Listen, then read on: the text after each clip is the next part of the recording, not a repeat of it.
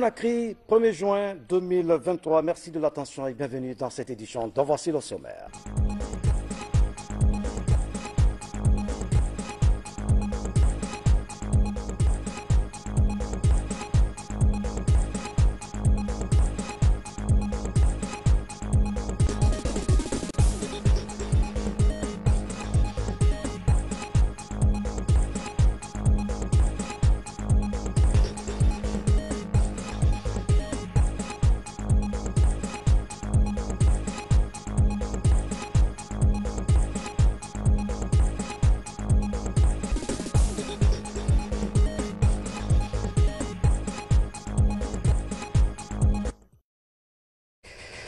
Mesdames et messieurs, bonsoir. Poursuite du débat d'orientation constitutionnelle au CNT, plusieurs institutions apportent leur contribution à l'élaboration de la future constitution. Robert Siditondo, reportage.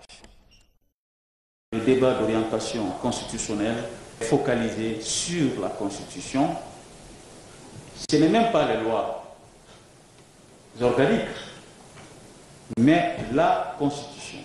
Je fais ce rappel parce que nous avons eu un incident hier et qui s'interprète de différentes manières, mais ceci est clair et net. Le débat sur la Constitution n'est pas une opportunité pour régler des comptes personnels. C'est par cette mise au point du président du CNT que les travaux consacrés au débat d'orientation constitutionnelle ont démarré ce jeudi ici au CNT. 4 institutions constitutionnelles ont été reçues dans le cadre de ces travaux, notamment la Cour des comptes, la Grande Chancellerie nationale, la Haute Autorité de la communication et l'Ordre des notaires de Guinée. Tout d'abord, c'est la Cour des comptes, par la voix de son président, qui a pris la parole pour apporter leurs propositions. Sur le cas spécifique de la Cour des comptes, elle propose 2 points. Qu'il soit maintenu, et tout ce qui concerne les attributions de la Cour dans l'article 116 de l'ancienne Constitution de 2006 soit maintenu sauf le premier paragraphe. La Haute Autorité de la communication, en répondant aussi à l'appel du CNT, fait des propositions concrètes en faveur de l'élaboration du projet de la nouvelle Constitution. Il faut maintenir dans la nouvelle Constitution la Haute Autorité de la communication en renforçant ses attributions pour qu'elle soit l'autorité indépendante qui soit capable de veiller sur le bon fonctionnement des médias. Pour sa part, la Grande Chancellerie nationale parle de la forme de l'État et le principe du gouvernement. D'autres propositions viennent se greffer à ces priorités. La Grande Chancellerie propose un État unitaire, attaché profondément à ses valeurs culturelles et historiques qui constituent le socle de l'unité nationale.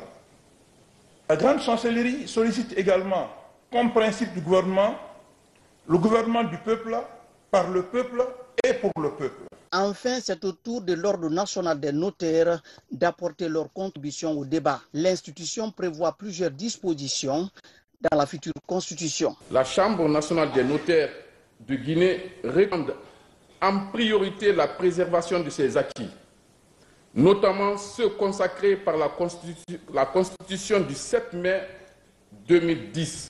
Bref, la Chambre propose que la Constitution de 2010 soit une référence en sus des différentes contributions des uns et des autres, notamment sur la laïcité, l'unicité de l'État. Le débat se poursuit de même par le passage du gouvernement et pourrait prendre fin samedi, conformément au chronogramme. Lancement ce jeudi au Palais de la Colombe de la 2e phase de l'enrôlement des fonctionnaires et contractuels de l'État. Cette phase intervient juste après le pré-enrôlement enclenché il y a quelques mois. L'objectif de cette opération vise à connaître l'effectif réel des agents de l'État afin de mieux maîtriser la masse salariale. C'est le Premier ministre chef du gouvernement qui a présidé la cérémonie, Ousmane Bangoura. Après la phase du pré-enrôlement des agents de la fonction publique guinéenne, l'heure est à la 2e phase de ce processus d'enrôlement des fonctionnaires. Elle concerne à la fois l'ensemble des fonctionnaires et contractuels de l'État. C'est une initiative gouvernementale pour mieux connaître l'effectif total des agents et contractuels. Ici, c'est le Premier ministre, chef du gouvernement, qui a donné officiellement le ton de l'opération suivie de quelques membres du gouvernement.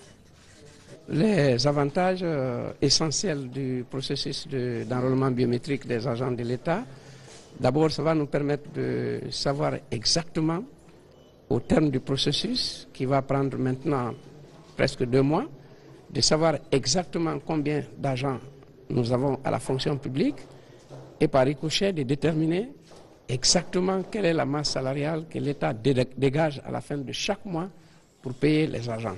Ce vaste programme initié par les nouvelles autorités de la transition est déjà bien perçu par les cadres de l'administration publique guinéenne.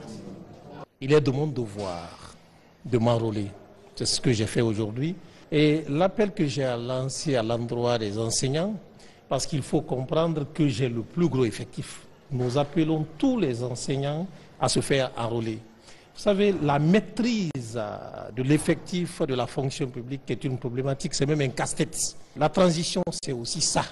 Nous nous inscrivons dans ça afin de pouvoir maîtriser l'effectif des fonctionnaires guinéens. Un processus qui rassure, parce que vu la rigueur qui est mise dans les étapes clés pour passer à l'enrôlement, cela rassure à plus d'un titre que l'objectif recherché, celui d'avoir une consolidation au niveau de nos fonctionnaires, au niveau des effectifs de nos fonctionnaires, avoir un chiffre clé en main pour un processus de développement durable.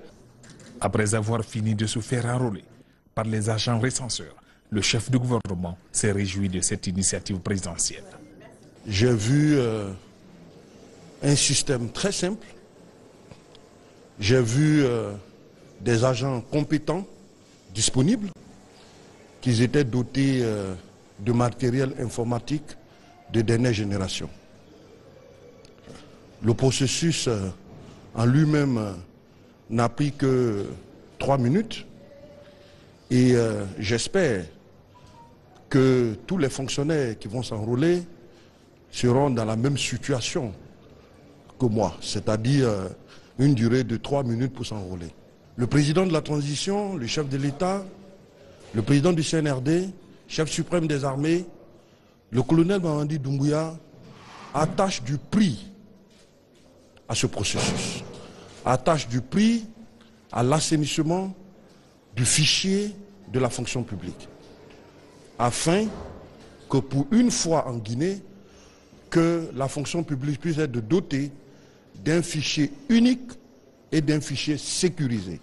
La biométrie des fonctionnaires et agents contractuels de l'État se poursuivra sur toute l'étendue du territoire national. L'amélioration des conditions de vie et de travail des agents de la fonction publique est également l'un des objectifs assignés à cette opération de recensement des cadres de l'État guinéen.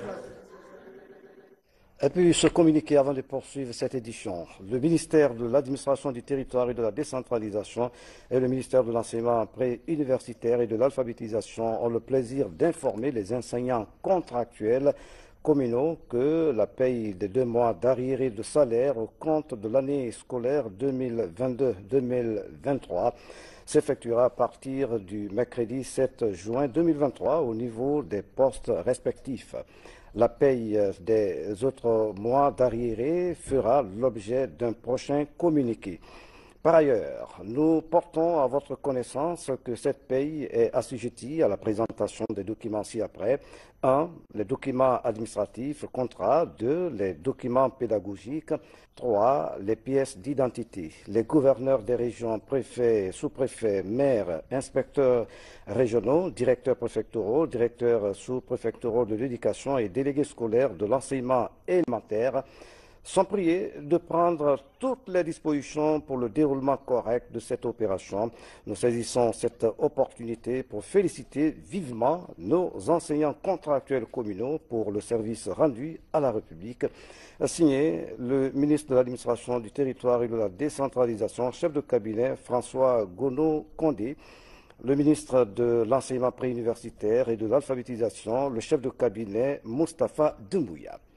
L'autre temps fort de cette édition, la construction de 5 ponts dans le Grand Conakry. Ce projet est le fruit du partenariat guinéo-hollandaise. Ces ponts doivent sortir de terre dans 30 mois. Elle a été lancée ce jeudi à Kassonia, dans la préfecture de Koya. Les bénéficiaires expriment leur gratitude au chef de l'État, colonel Mamadi Doumbouya. Les travaux vont coûter plus de 59 millions de dollars. Reportage Aboubakar Junior Kamara. Ces pas de danse témoigne la joie des populations de Kassonia. Un pont de près de 200 mètres linéaires se réalise ici avec des normes internationales. Ce jeudi 1er juin 2023 sont lancés ces travaux d'envergure pour désenclaver cette zone périphérique de la capitale. Ce projet est le fruit de la coopération guinéo-hollandaise qui prend aussi en compte la réalisation de 4 autres ponts, notamment à Demodoula, Kiroti, Kisoso et Kakimbo, pour un montant de 59 990 000 dollars. Le président de la transition a pour vision d'améliorer la fluidité du trafic et de faciliter l'accès aux quartiers, à tous les quartiers. C'est dans ce cadre que s'inscrit ce projet qui est extrêmement important pour le gouvernement de transition parce qu'il permettra de désenclaver, il permettra de connecter les quartiers, les populations qui ne sont pas aujourd'hui à même de communiquer facilement. Fortement mobilisés pour cette cérémonie de lancement, les populations ont exprimé leur joie de voir ce bijou réalisé et ont réaffirmé leur soutien et leur remerciement au président de la transition. Nous avons tant souffert pendant plusieurs années à cause de ce pont. Il y a eu même des noyades ici où nous avons perdu beaucoup de nos parents. Donc nous remercions le gouvernement. Nous remercions le président de la transition. Avant, on souffrait beaucoup ici pour la traversée. Beaucoup de femmes enceintes ont perdu la vie ici. Aujourd'hui, nous sommes soulagés et nous remercions les autorités de la transition. La traversée des Kassonia en ces périodes de grande pluie est synonyme de risque de naufrage, comme le 4 juillet 2018, une collision entre 2 pirogues avait ôté la vie à une vingtaine de nos compatriotes. Aujourd'hui, l'espoir est grand sur ces populations de Kassonia. Déjà, il y a les travaux de démolition et d'indemnisation des personnes impactées par le projet qui ont été déjà réalisés. Les travaux de fondation de pieds, je veux dire, qui ont démarré. Et également aussi, les planches ont démarré. L'entreprise Balez Nedam a 30 mois pour finir ses infrastructures. Et le projet prend en compte la construction et le bitumage de 7 km entre km 36 et Bentouraya. Merci Junior pour ce reportage. Le ministre de la Justice, Garde des Sceaux, échange avec les chefs de juridiction et chefs de greffe du pays. Au cours de la rencontre, des besoins ont été exprimés en vue d'améliorer les conditions de vie et de travail. À l'issue des discussions, le ministre Alphonse Charloitz a annoncé des réformes au niveau de la CRIEF avec la création d'un parquet national. Le point avec Tcherno Younousaba. Après les chefs de parquet, c'est au tour des présidents des juridictions et chefs de greffe de rencontrer le ministre de la Justice. À l'ordre du jour, l'amélioration du fonctionnement des cours et tribunaux du pays. Les besoins liés à la logistique et au personnel sont exprimés. Les participants s'accordent sur une utilisation rationnelle des greffiers et magistrats en fonction du volume des affaires dans les juridictions. C'est une occasion très importante pour échanger avec les chefs de juridiction afin d'avoir une vision, n'est-ce pas, totale sur les problèmes qui se posent à la magistrature en Guinée. Il y a des juridictions où il n'y a même pas, il n'y a qu'un seul greffier.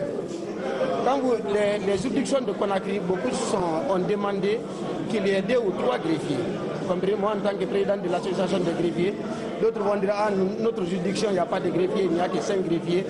D'autres, il y a 10 greffiers. Mais même à l'intérieur du pays, en principe, chaque juridiction doit avoir au moins 2 greffiers ou 3 greffiers, voire au-delà. À l'issue des échanges, le ministre a annoncé des réformes au niveau de la CRIEF avec la création prochaine d'un parquet financier national. D'autres réformes ambitieuses sont aussi planifiées. Nous allons terminer nos activités par la soumission à leur appréciation des avant-projets de loi sur l'organisation judiciaire. La CRIEF va connaître un changement majeur. Il y aura 2 degrés de réduction au niveau de la CRIEF. Il y aura un tribunal qu'on appellera TRIEF, il y aura une cour qu'on appellera la CRIEF. Il y aura un procureur spécial au niveau de la CRIEF, il y aura un parquet financier national, il y aura un procureur général. Cette série de rencontres initiée par le ministre de la Justice vise à améliorer la diligence dans la gestion des affaires pour davantage améliorer le climat de confiance entre le personnel judiciaire et les justiciables. Dans l'actualité encore, des points focaux de l'Observatoire guinéen des migrations sur les mécanismes de collecte et de transfert des données migratoires renforcent leur capacité opérationnelle. Le ministère des Affaires étrangères a besoin de l'inventaire des données fiables. Makeme Donzo explique. Mettre en place des données de base centralisées sur la migration est une préoccupation de la Direction générale de l'Observatoire guinéen des migrations, OGM. Pour avoir des données fiables, des points focaux ont été mis en place au niveau des structures étatiques et non étatiques.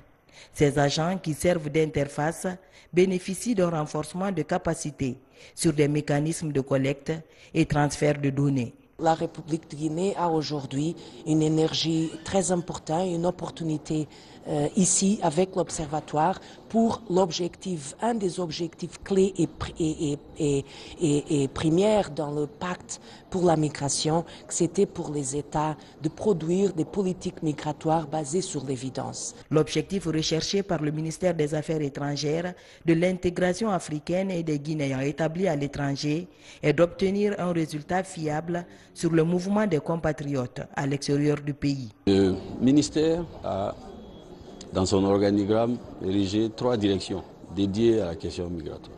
Il s'agit de la direction générale des Guinéens établis à l'étranger, qui a conçu la politique nationale sur la migration. Il s'agit de l'Observatoire guinéen des migrations pour observer justement ces mouvements migratoires. Et il s'agit aussi d'un fonds mis en place pour assister les Guinéens rapatriés. La migration est une nécessité, mais quand elle est irrégulière, elle devient dangereuse. Sauver des vies, surtout celles des bras valides qui bravent vents et marées dans la Méditerranée, tel est l'objectif du partenariat entre la direction de l'Observatoire guinéen des migrations OGM et l'Organisation internationale pour la migration OIM. Le ministère de l'enseignement préuniversitaire a désormais son manuel de procédure. C'est un document de 180 pages. Il permet d'accroître l'efficacité dans le travail, mais aussi mettre fin au conflit de compétences. Cet outil va servir de feuille de route pour toutes les structures du département. Abdelaziz Baldi, reportage. C'est un document qui devra mettre fin au conflit de compétences et favoriser l'harmonie dans le travail. Au ministère de l'enseignement préuniversitaire, le manuel de procédure est officiellement validé ce mercredi devant les cadres du département sous l'œil attentif de l'inspection générale de l'administration publique. Validé sous réserve il y a 3 mois, ce manuel devient désormais un outil de référence et de renforcement des capacités pour tous les travailleurs du ministère. Ce manuel définit les modalités d'exécution des tâches en codifiant les différents actes de chaque intervenant sur la ligne.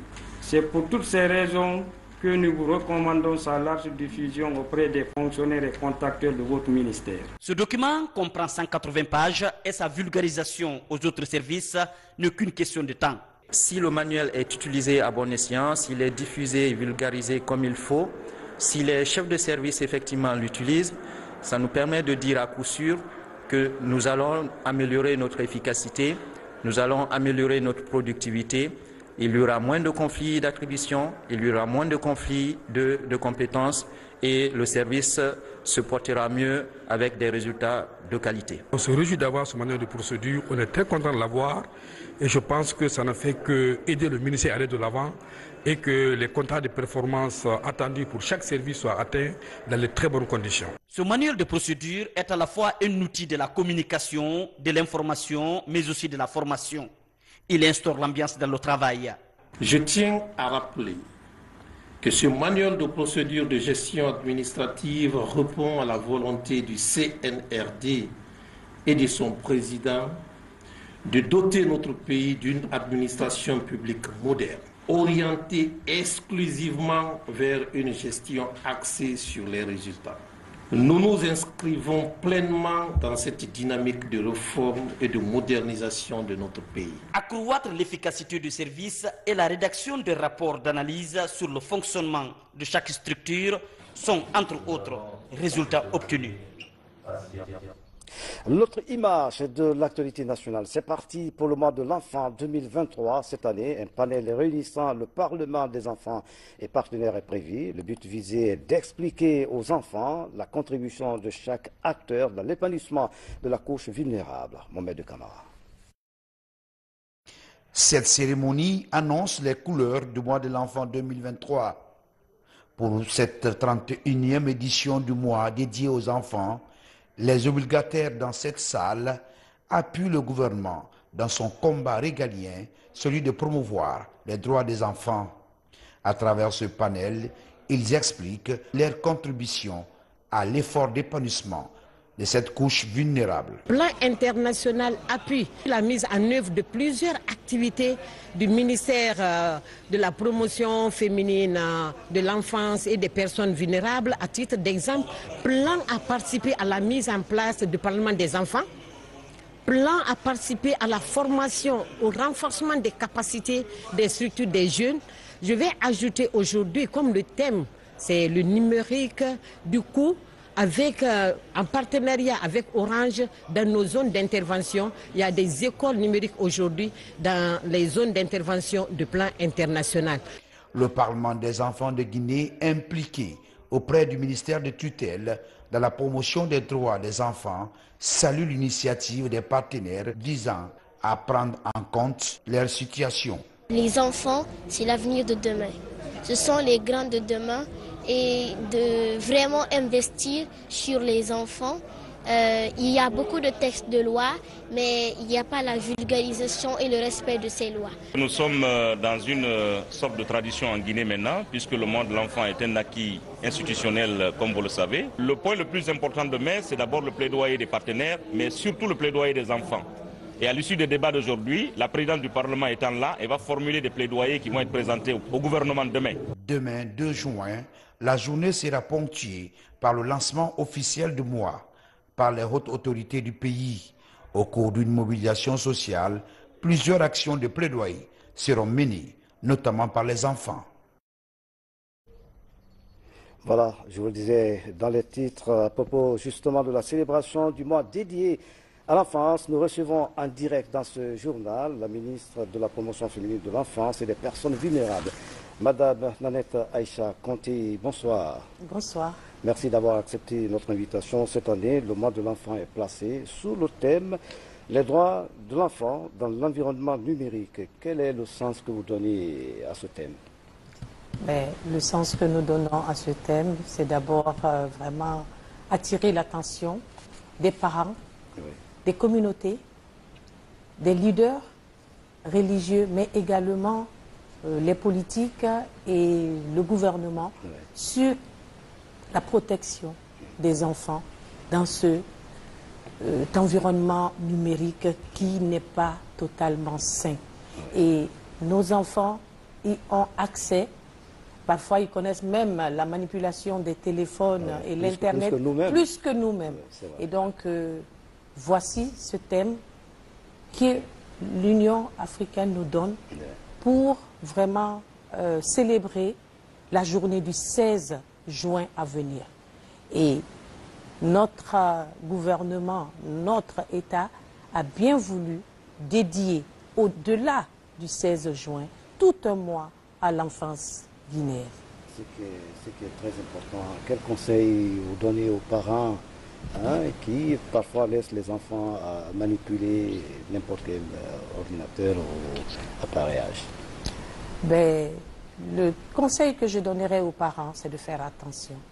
Parce que tout ce que les enfants voient sur l'Internet, à travers la manipulation des téléphones, les réseaux sociaux, n'est pas bien pour la qualité de l'homme guinéen de demain que nous souhaitons pour la relève, pour pouvoir mener notre pays. Donc c'est pour cela, dans l'éducation des enfants, nous avons besoin vraiment de prendre en compte certains aspects. C'est vrai, la plupart des parents ne sont pas lettrés, ne sont pas formés à cela comme les enfants, mais c'est de temps en temps demander au plus grand, regarder le téléphone de mon enfant et pouvoir insérer à l'intérieur, interdire l'accès à tous les réseaux. C'est surtout cela. Et aussi parler aux enfants, parce qu'ils comprennent. Il faut communiquer avec les enfants. C'est important. Oui. Dans ce combat en matière de protection des enfants, qu'est-ce que le département fait pour la prise en charge des enfants en situation difficile? Beaucoup de choses. Aujourd'hui, je citerai quelques-uns. Nous avons renforcé notre collaboration avec tous les partenaires qui opèrent dans le domaine de la protection et de la promotion des enfants, que ce soit des partenaires de l'institution des Nations Unies ou bien des ONG nationales ou internationales, mais nous avons aussi fait le renforcement de capacités des travailleurs sociaux, parce que le travail social est très important dans la prise en charge des enfants. Et également, le nombre a été augmenté, ce qui fait que dans plusieurs structures aujourd'hui, nous pouvons voir des travailleurs sociaux qui opèrent dans ces lieux-là. Mais également, avec le Fonds de développement social et de l'indigence, nous avons récemment aussi fait le RSU. Et ce RSU nous a permis de pouvoir identifier dans toute la Guinée les personnes indigentes et de pouvoir connaître leurs besoins. Et là, ça va nous permettre aussi de pouvoir accompagner ces familles et à travers eux, les enfants qui y sont. On comprend que vous prenez à bras le corps la situation des enfants en situation difficile, mais quelles sont aujourd'hui quelques activités qui sont développées durant ce mois qui est dédié à l'enfance? Pour ce mois qui est dédié à l'enfance, il y a surtout des activités qui sont menées par les enfants. À travers ces activités-là, il y a l'interpellation de la conscience des plus grands par rapport à la prise en charge des enfants. Et surtout aujourd'hui, on parle beaucoup de violence. Et pour cela, l'État a doté notre pays d'un code de l'enfant. Et au-delà de cela, il y a aussi des engagements qui ont été signés pour vraiment mener la tolérance zéro par rapport aux violences, aux viols, mais également aux mutilations génitales féminines ainsi que les mariages d'enfants. Donc les enfants qui sont en situation difficile sont pris en charge à travers des foyers que nous appelons aujourd'hui les familles d'accueil, qu'on a un peu partout à travers le pays. Des familles sont identifiées. Lorsqu'on identifie des enfants, là où ils peuvent rester, jusqu'à ce que les travailleurs sociaux puissent retrouver les parents, puissent faire la médiation et ensuite, en dernier avant, on fait d'abord la réunification de l'enfant avec sa famille et pour finir, nous essayons de réinsérer l'enfant soit au niveau scolaire, en fonction de son âge, ou bien dans des corps de métier. Très bien. Madame, est-ce que vous avez un dernier mot à l'intention des enfants? Oui.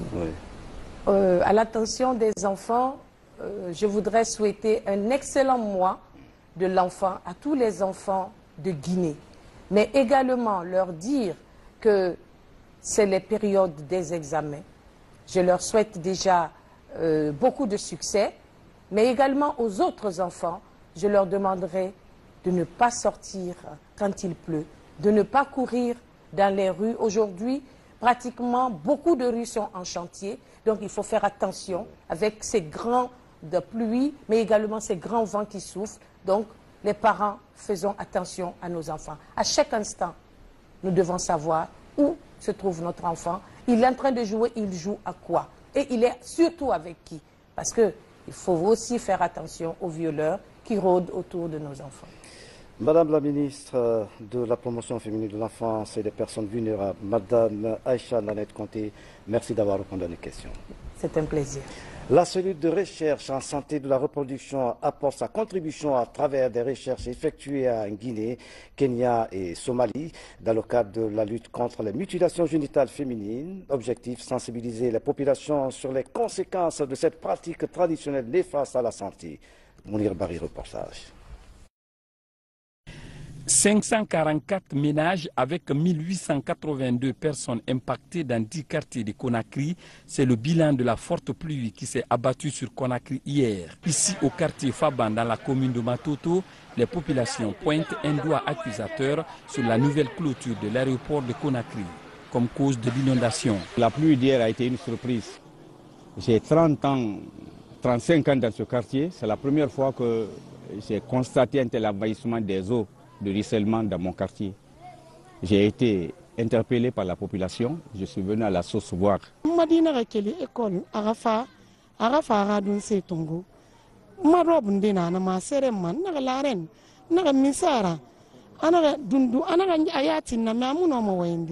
Anaka kelinga anaka sigangunja ire cuisine kui mais ale ndo bore na re birin na be birin na ngwan e côté minima karo na re na couloir e gomma e bare birin na mine do seti yese ganima mais ye dangima allo hure ou bien caniveau. Dans son rôle d'organe étatique en charge des catastrophes humanitaires, Anguish est sur le terrain pour toucher du doigt les réalités sur le passage de l'eau. Le problème, il ne s'agit pas d'apporter de l'assistance, des denrées alimentaires chaque fois. Aujourd'hui, on peut apporter des denrées alimentaires. Mais qui sait que la pluie, il aura de la pluie demain ou après-demain? Est-ce qu'il faut revenir encore apporter des denrées alimentaires? Mais en cette première phase, pour moi, il s'agit de trouver où se trouvent les problèmes. L'essentiel pour nous, il peut pleuvoir demain ou après-demain. Qu'est-ce qu'on peut faire pour ne pas que les mêmes choses se reproduisent?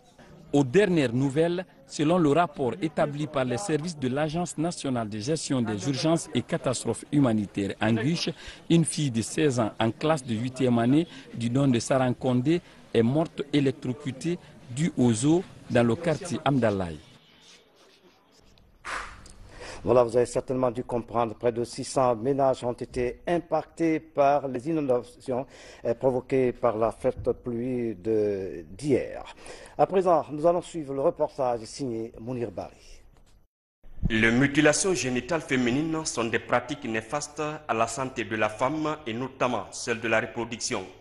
Selon les experts, la pratique persiste encore malgré les efforts consentis ces dernières années par les autorités, leurs partenaires et d'autres acteurs de la chaîne de lutte. À ce titre, donc, nous avons testé la nouvelle approche en disant que on va s'adresser aux femmes enceintes qui viennent pour la consultation prénatale. Dès ce moment, on les sensibilise, on a formé donc les prestataires dans ce sens, les prestataires de santé. On a utilisé 2 régions pour tester cette approche en Guinée. L'OMS, avec le ministère de la Santé et des partenaires de recherche dans 3 pays, ont réalisé une étude multi-pays en Guinée, Kenya et Somalie sur la prévention des MGF, des mutilations génitales féminines, au niveau du secteur de la santé. Et on a trouvé que les prestataires de santé peuvent être agents de changement. La cellule de recherche en santé de la reproduction, en synergie avec d'autres acteurs, a effectué une étude à Conakry et à l'intérieur du pays. Le constat reste mitigé, mais les actions se multiplient sur le terrain pour minimiser cette pratique néfaste à travers la sensibilisation. Si il y a 20 ans, nous luttons contre une pratique, on n'arrive pas encore à la réduire de façon significative, il y a lieu de s'interroger sur ce qu'on est en train de faire. Est-ce qu'il n'y a pas une autre façon de penser? Cette pratique est une violation flagrante des droits de la femme et de la fille, notamment leur droit à la santé, à la sécurité et à l'intégrité physique. Cette pratique conduit parfois à des tragédies dont les décès prématurés. Les résultats de recherches effectuées démontrent que la Guinée n'est pas le seul pays où la pratique est perceptible.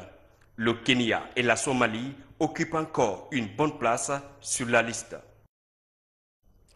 Dans l'actualité encore, la 4e campagne du saut parachutiste se poursuit sur le terrain. La première promotion du certificat technique numéro 1 commando effectue son saut para. Plusieurs unités, dont 5 femmes, participent à cet exercice. Les opérations se déroulent à Mafiringa, dans la préfecture de Forêt-Karia. Ajda Oumar Kamara nous fait vivre l'événement. Regardez. Après un entraînement au sol, au bâton autonome des troupes aéroportées Bata, et une formation commando au groupement de forces d'intervention rapide Zephyr basé à Samouria dans la première zone militaire de Kindia. La centaine de stagiaires du certificat technique numéro 1 commando participent à cette 4e campagne du saut para. Une manœuvre parachutiste assurée par les forces royales marocaines, appuyée par les instructeurs nationaux. Je remercie les autorités de nous avoir permis de faire notre première chose. Je les exhorte de nous aider à continuer. Dans l'ensemble, tout s'est bien passé. Depuis l'embarquement jusqu'à l'atterrissage, nous avons respecté les consignes données par les moniteurs. Franchement, c'est bien passé. On remercie Dieu. Ce stage m'a permis de renforcer ma capacité opérationnelle et d'asseoir un état d'esprit très profond chez moi. Franchement, c'est un sentiment de joie. Pour cette 4e campagne de saut para, 5 personnels féminins ont pris part à l'exercice. La peur est plus grande que le danger. Moi, je ne peux qu'encourager. Rien n'est miraculeux. Quand on est militaire, on fonce. C'est l'une des épreuves surpassées. Au début, j'avais peur. Mais au finish, je me suis dit non. Beaucoup de mes amis sont passés. Pourquoi pas moi? Pour assurer le bon déroulement de l'opération, un dispositif sécuritaire est installé afin d'éviter les débordements. Les autorités civiles et militaires de la localité apprécie les mesures prises. Avec la 4e édition, tout se passe très bien. Surtout l'organisation et le dispositif sécuritaire qui sont mis en place pour sécuriser la zone de saut, pour empêcher non seulement les animaux et même la population d'envahir la zone de saut. Donc pour cela, toutes les forces de défense et de sécurité de Forêt-Karia sont mobilisées pour accomplir cette mission. On dit dans notre jargon, la sièvre épargne le sang. J'apprécie toute autorité militaire à tous les niveaux d'organiser ces shows à Forêt-Karia, dans ma préfecture. Dans les jours à venir, ces futurs parachutistes recevront leur brevet à travers un cérémonial militaire, une montée en puissance des forces armées guinéennes. La fin du processus d'installation des comités locaux du 4e recensement général de la population et de l'habitation. La ville de Kankan a constitué la dernière étape de cette opération. Au total, 7 comités régionaux sont installés grâce au déploiement des équipes de l'INS et du cabinet du ministère du Plan. Déjà, les porteurs du projet se disent satisfaits des activités déjà réalisées pendant une semaine. Mamadi Ternakami, reportage. Kankan, capitale de la Haute-Guinée, clôture le processus d'installation des comités locaux du 4e recensement général de la population et de l'habitation. Pendant une semaine, les équipes de l'Institut national de la statistique et du cabinet du ministère du Plan et de la coopération internationale se sont déployées sur l'ensemble du territoire national. Aujourd'hui, 7 comités régionaux du pays sont installés. Globalement, nous partons satisfaits car les autorités administratives à tous les niveaux se sont fortement mobilisés et se sont engagés à nous appuyer. Donc, il était important pour nous d'installer ces comités qui vont se charger, entre autres, de contribuer à la coordination, n'est-ce pas, des activités sur le terrain et aussi de participer activement aux activités de communication et d'information qui sont indispensables pour porter le message. Dans la région administrative de Kankan, le défi est immense pour les autorités dans le cadre de la réussite du RGPH 4. Le découpage administratif avec l'érection de certains districts en sous-préfecture a créé quelques frustrations et incompréhensions qui sont à régler. Mieux à Sigiri, 8 sous-préfectures n'ont ni maire ni sous-préfet. Il a été mentionné à plusieurs reprises le défi du découpage administratif. Certes, cela relève du ministère de l'administration des territoires, mais pour la réussite de l'opération de recensement, il est très important de disposer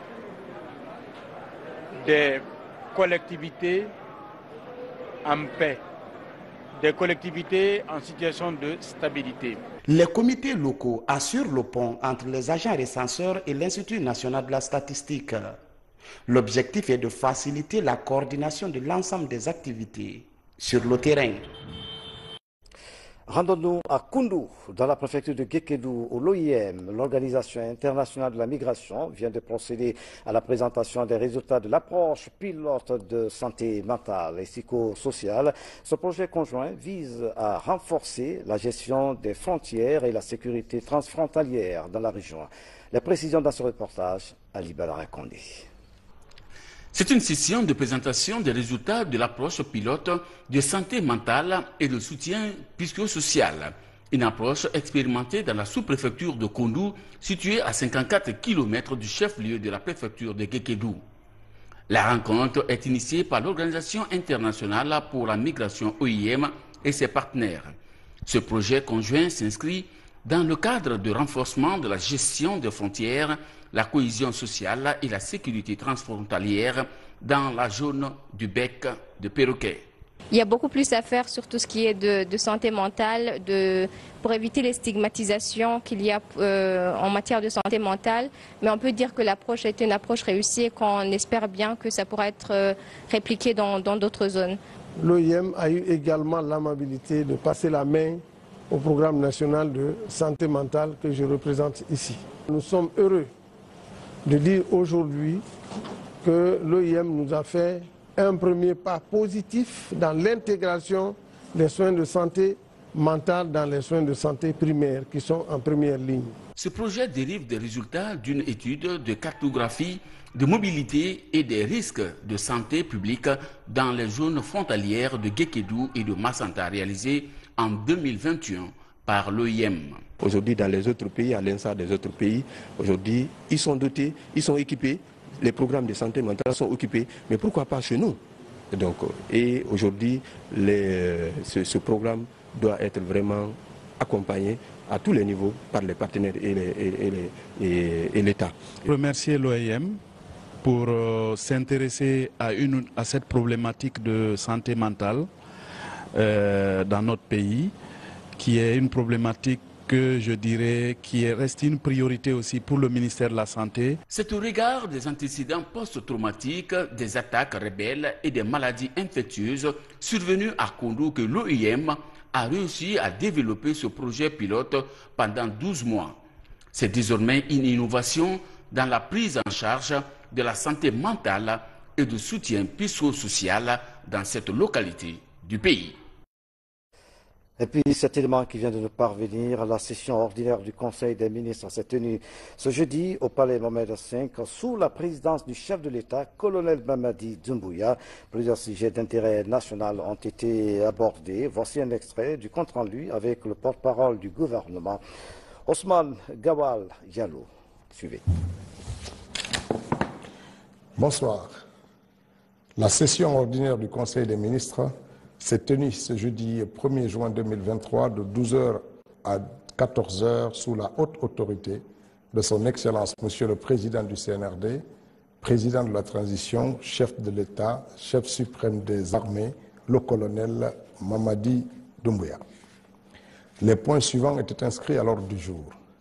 Message de son Excellence Monsieur le Président de la Transition, compte rendu des sessions ordinaires du Conseil interministériel dès mardi 23 et 30 mai 2023, recommandations des 10 conseils, décision du Conseil des ministres divers. Au titre de son message, son Excellence Monsieur le Président du CNRD, Président de la Transition, chef de l'État, chef suprême des armées, le colonel Mamadi Doumbouya, au titre de son message, a abordé 2 points. L'opérationnalisation de la digitalisation du processus de passation des marchés publics, l'amélioration des recettes de l'État. S'agissant du premier point relatif à l'opérationnalisation de la digitalisation du processus de passation des marchés publics, le président de la transition, rappelant avoir instruit au cours du Conseil du 18 mai 2023 les ministres en charge de l'économie et des finances, du budget, des télécommunications, de l'autorité de régulation des marchés publics ainsi que l'administration et le contrôle des grands projets, de travailler en synergie pour approfondir les réflexions afin d'harmoniser tout le processus de passation des marchés publics, a indiqué qu'il s'agit maintenant, au-delà de la réflexion, de créer les conditions de regroupement de tous les acteurs en les dispensant les autres obligations de travail pour parvenir dans les délais très raisonnables à la mise en opération de l'outil qui sera développé en retenant le modèle rwandais comme socle de travail.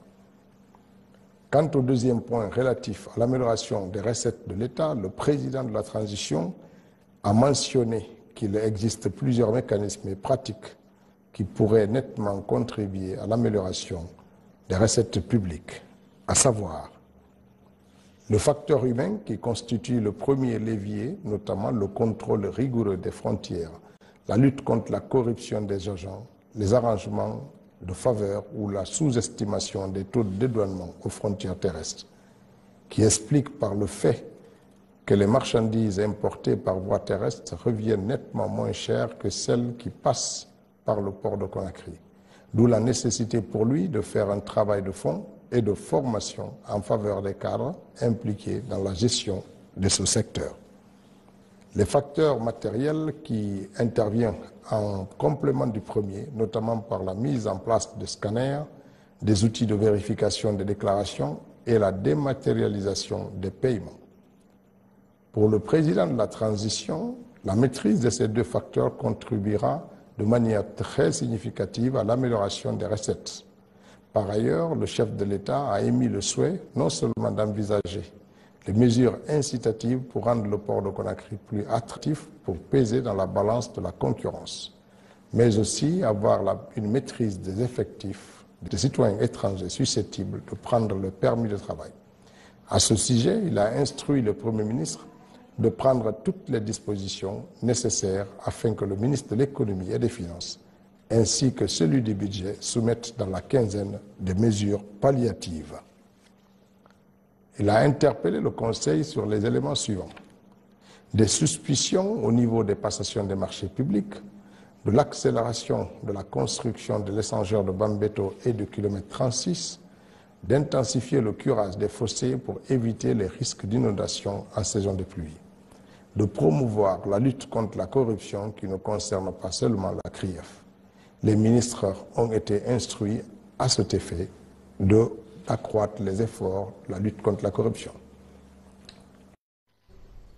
Vous suivrez l'intégralité après le journal. À présent, les échos de la 6e édition du Festival des Arts et Rires de l'Abbé, une plateforme d'émulation des jeunes artistes fortement mobilisés pour profiter de l'expérience des humoristes au talent confirmé. Cette édition a été marquée par de nombreuses innovations, une manière pour les organisateurs de contribuer aux efforts de branding national.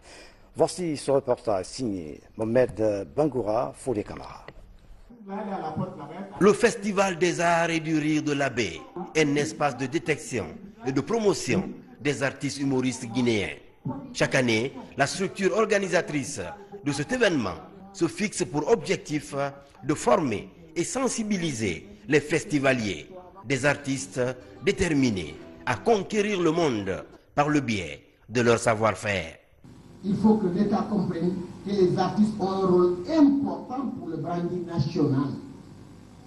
On ne peut pas parler de branding sans parler de la culture. Pour que l'État utilise une œuvre artistique, le masque Ndimba.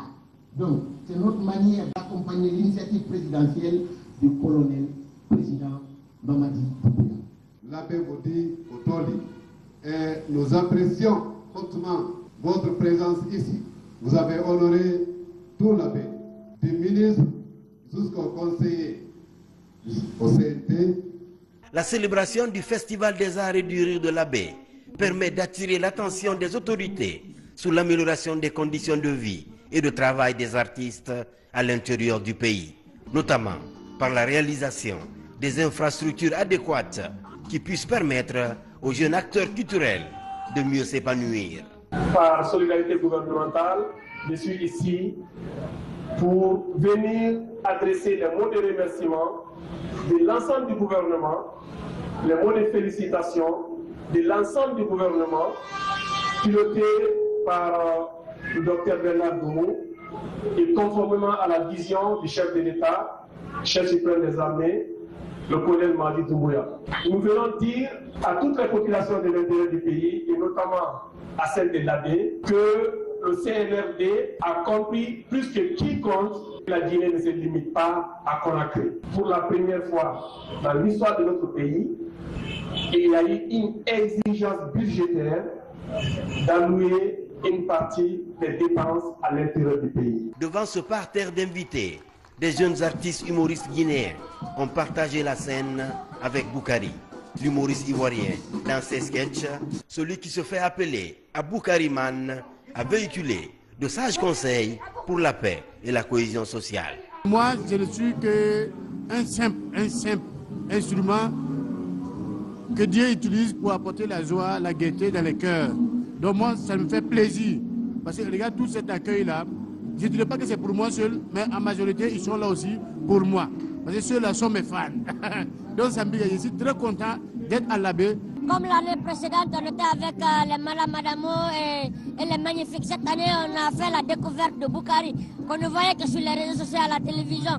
Mais cette année, avec l'occasion du phare, on a eu vraiment la chance de voir Boukari en face et sur scène. Donc, moi, je pense que c'est une fierté. Ça a permis de tisser aussi plein de relations. La principale innovation de cette 6e édition du Festival du Rire de l'Abbé est l'ouverture des stands, des espaces qui permettent aux créateurs et autres porteurs de projets innovants de s'offrir des débouchés sur le plan local, mais aussi nouer des partenariats d'ouverture au monde du business culturel. Voilà, les uns se réjouissent, les autres pleurent. Ainsi va la vie. Vie, émotion, douleur et consternation. Un symposium a été organisé ce jeudi à l'université Gamal Abdel Nasser de Conakry à la mémoire du scientifique professeur Lansine Kaba, décédé le 27 mai à Conakry à l'âge de 82 ans. Professeur Lansine Kaba a produit plusieurs œuvres scientifiques. Il fut un célèbre enseignant aux États-Unis. Ce dernier hommage a mobilisé parents, amis, membres du gouvernement et hommes de culture. Le film de la cérémonie, Al-Gassimba. Regardez. Né le 19 janvier 1945 à Kankan, le professeur Lansine Kaba a tiré sa révérence le 27 mai dernier à Conakry. Ce jeudi matin, parents, amis et collaborateurs ont rendu un ultime hommage à ce formateur émérite dans une atmosphère empreinte de compassion à l'occasion de ce symposium organisé par la ministre de l'Enseignement supérieur, de la Recherche scientifique et de l'Innovation. Ce scientifique aguerri est l'auteur de publication. Mon père, les cercles universitaires et les autorités de l'Europe, l'Amérique, le Moyen-Orient te rendent un dernier hommage. Mais je sais que le nôtre, celui des filles et des fils de la Guinée, est celui qui te rend le plus heureux. Digne fils de la République de Guinée, les tiens te saluent, les tiens sont fiers de toi. Idi Aïté Kaba. L'homme dont on pleure ici la disparition physique. Car il était d'abord mon professeur dans plusieurs disciplines des sciences sociales et humaines. Ensuite, il fut mon directeur de thèse. Je fus admis comme assistant à ses cours. Aussi, je faisais office de secrétaire pour certains de ses travaux personnels. Ici, à l'université Gamal Abdel Nasser de Conakry, collaborateurs et admirateurs se souviennent encore du parcours académique impressionnant de l'homme et son sens élevé de responsabilité. Après ses études coraniques, il alla étudier en France avant d'aller enseigner aux États-Unis. Lansine Kaba fut professeur d'université de rang magistral à Doha au Qatar, ancien doyen à Chicago et ancien président honoraire de l'Association des universitaires africanistes des États-Unis. Lauréat du prix pour l'auteur du meilleur ouvrage de l'année sur l'Afrique, décerné aux Émirats arabes unis. lauréat pour le prix du meilleur enseignant, décerné par l'Université de Minnesota. Il est auteur de nombreux ouvrages et articles scientifiques. Après ces ultimes hommages, professeur Lansine Kaba sera enterré dans sa ville natale dans la région de Caen. Un scientifique qui a consacré sa vie à la recherche pour sauvegarder la mémoire collective. Professeur Lansine Kaba, grand homme de culture, vous avez bien rempli votre mission sur cette terre des hommes. Vos œuvres vont vous immortaliser à jamais. Dors en paix à tous. Merci de nous avoir suivis. Excellente soirée. Au cours, soyez dans le monde. À bientôt.